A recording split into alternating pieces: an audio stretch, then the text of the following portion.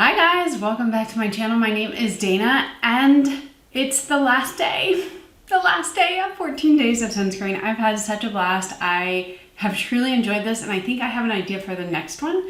So that will be in the works, but yeah, we're at the end. That doesn't mean that I won't have more videos. Of course I will. They'll just go back to being, you know, a bit more sporadic. And yes, thank you. I hope everyone has enjoyed. If you have watched all 14 days, leave me, let's leave a yellow heart in the comments below. I think that will be fun. Yeah, that's perfect for sun. So yeah, leave that below if you've watched all 14 days, and if you have enjoyed it, I would greatly appreciate a big old like, and if you're not already subscribed, please do so, and we'll jump in because I have two brand new sunscreens that I thought it would be perfect to end this series with, and I want to put them on my face. So let's zoom in and put them on. Here comes the sun, and I say it's alright. I promise you, I'm going to fix the background. There's just been a lot going on. I've got a sick cat, I've got other stuff. You know, my background is not my only thing in the world. But yeah, let's talk about the sunscreens that I have. I have two brand new mineral sunscreens. We've had a lot of mineral sunscreens this time, which is cool. But one is the Weightless Liquid Mineral Sunscreen from Fenty Beauty. And the other is the Hydra Vizor. I don't remember the name, and they don't have it on the packaging.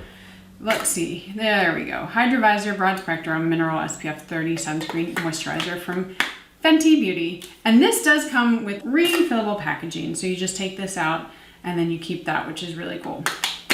So this is the Fenty one.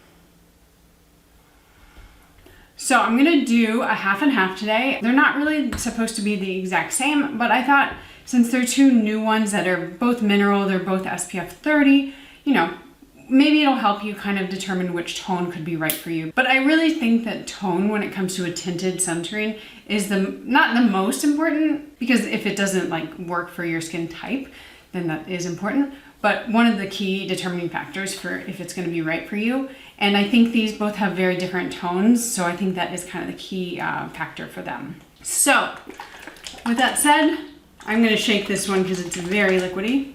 And I am going to put about a half of my quarter teaspoon, so an eighth, and put it on half of my face.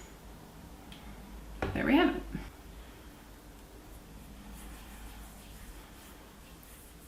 Okay, so the first one I put on is the Fenty Beauty Weightless Liquid Mineral Sunscreen with Zinc Oxide SPF 30. This retails for $36, although I did find it on Ulta already on sale, which is insane because this is brand new. So if it's still on sale, I will link the Ulta one as well as the Sephora and the Fab Beauty. I got it from them because they had it out sooner than Sephora did, but the shipping took forever from Fenty Beauty, so I would recommend maybe somewhere else with a little bit faster shipping. But this retails for $36 and you get 1.5 fluid ounces or 44 milliliters, which is a little bit less than your average amount. So what is it? A luxuriously lightweight mineral sunscreen with ultra sheer tint that blends seamlessly into skin for a satin finish. Wow, they did nail the description. I love it when a brand actually describes it as I see it. This has a satin finish. It doesn't feel drying. It doesn't feel too moisturizing. It is sheer. It's like the perfect amount of tint for me. I just love how they described it. Perfect. As far as the ingredients in here, we do have a 22% amount of zinc oxide, which is shocking to me because it is so lightweight, but it's also fluid and it has like a tint, but not too much. So I don't know how they got 22% in there, but I love it. And it doesn't have butylactyl salicylate. So you can say that this one is really truly 100% mineral.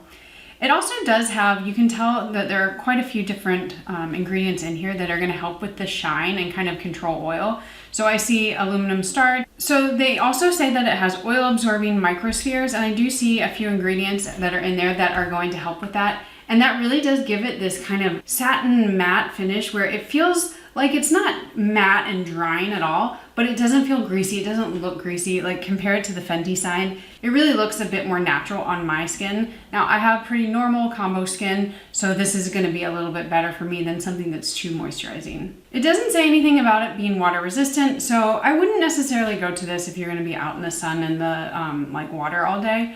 But for almost every other use, I think it's gonna be perfect. It wears really, really well under makeup. I've worn it alone and under my tinted moisturizers, and it just looks pretty much flawless. So I think what I love about this the most is I can wear this completely alone, and it's pretty much the perfect no makeup look, just because there is that just sheer enough amount of coverage that it kind of cancels out some of the discoloration, but not to the point where it looks unnatural. I love it. I wore it the other day completely alone, and then I also wore it the other day with makeup over top. Loved it both ways. I just am kind of obsessed with it. I've been reaching for it nonstop, and honestly, I had no idea I was gonna like it. When I first saw it come out, I was like, First Aid Beauty, I don't love their other one, so like I'm not gonna get too excited, but when I actually tried it on, I was pretty much in love. Now, let's move over to the Fenty Beauty side. So this is the Fenty Beauty Hydra Vizor Mineral SPF 30 Refillable Moisturizer.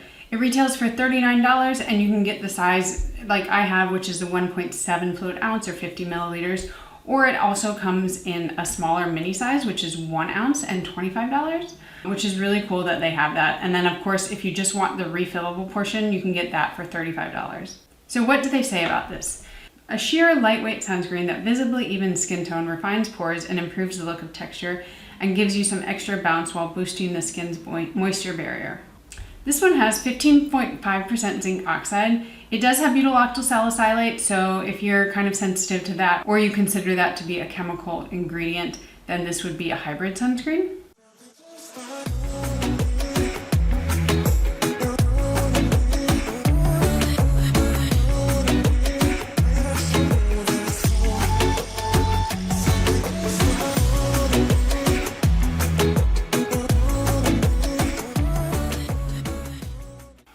This one definitely has more moisture to it. So if you have drier skin, this is gonna be the one for you. I wouldn't recommend necessarily the Fab Beauty one just because you're going to need a moisturizer underneath, but it's not gonna be terrible. It's not gonna be drying. But if you want a little bit more moisture already in your sunscreen, absolutely the Fenty one, that's the one I recommend. In terms of the undertones, I think it's a bit of a nuanced kind of look to it.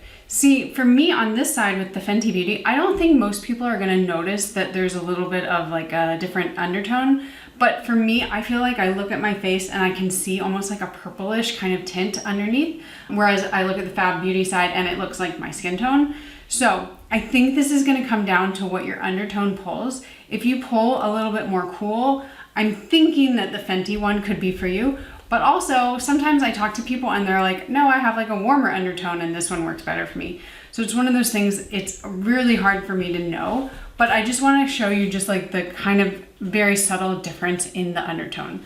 Now, what I love most about this community and kind of like skincare in general, where I'll talk to people on Instagram and it'll be like, this one, I felt like I had like a little bit of a cast to it. I didn't like the undertone. And they're like, no, that's crazy. It was perfect for me. So it really is dependent on you and your undertone and kind of what you want.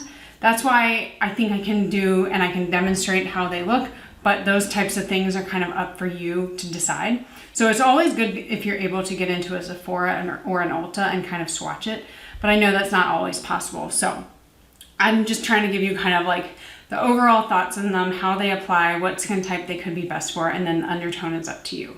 So I think both of these are going to appeal to different types of people and different skin types. I think if you have drier skin, this one's gonna be your moisturizer and sunscreen in one. If you have normal, combo, or oily, this one's gonna kind of keep those oils at bay and give you this really nice finish without it feeling too matte or without it feeling too glowy. So those are kind of my recommendations. Now, as far as skin tones, like I said before, it's kind of up to you and kind of what you think your skin will pull more toward. This one I think is a little bit more neutral, and this one I think is a little bit more cool, but I could also see the Fab Beauty one being better for those with warmer undertones, but it's kind of one of those things that I can't really make that decision for you. You'll just have to tell. I haven't had any icing with either one, but if you are gonna get any icing, it might be with the Fenty one just because it does have butyl salicylate in it. So, I feel like that says everything I need to say. I really, really like this Fab Beauty one, but I know I've talked to other people that really like the Fenty Beauty. So, it's kind of up to you what your skin will work best with and what you think you're going to enjoy. But I hope that these reviews, not just today's, but all of the 13 days before this, have given you kind of some insight into these sunscreens. If you ever have questions, always just write them in the comments below. I try to respond to all questions, and I definitely really value your input and your thoughts, as long as it's respectful. I don't like disrespectful things, and I will just delete those. But yes, that wraps it up. That is the last day of our 14 days of sunscreen. I am going to be giving you guys a surprise though. If you're still watching, I'm going to be doing day 15, which is going to be a roundup of my favorites. So if you want to see that, just stick around and it'll be coming tomorrow. But thanks again for watching, and I'll see you tomorrow. Bye guys.